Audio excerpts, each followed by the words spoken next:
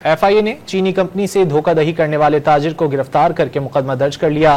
गिरफ्तार ताजिर पर इल्जाम है कि उसने 11.5 करोड़ रुपए की मादनियात के बजाय मिट्टी और बजरी चीनी कंपनियों को भेजी।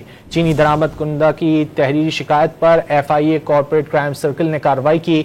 मुआहदे के तहत मुलजिम ने चीनी कंपनी को $4 लाख से जायद मालियत का क्रोम मेटल एक्सपोर्ट करना था। मुलजिम ने कंटेनर चीन पहुंचने से कबल ही कराची में बैंक को bogus inspection certificate of quality पेश करके एलसी के एवज 11.5 करोड़ से जायद रकम हासिल कर ली। एफआईए ने चीनी कंपनी से धोखाधड़ी करने वाले ताजिर को गिरफ्तार करके मुकदमा दर्ज कर लिया। गिरफ्तार ताजिर पर इल्जाम है कि उसने 11.5 करोड़ रुपए की मादनियात के बजाय मिट्टी और बजरी चीनी कंपनियों को भेजी। चीनी दरामद कुंदा की तहरीरी शिकायत पर एफआईए कॉर्पोरेट क्राइम सर्कल ने कार्रवाई की।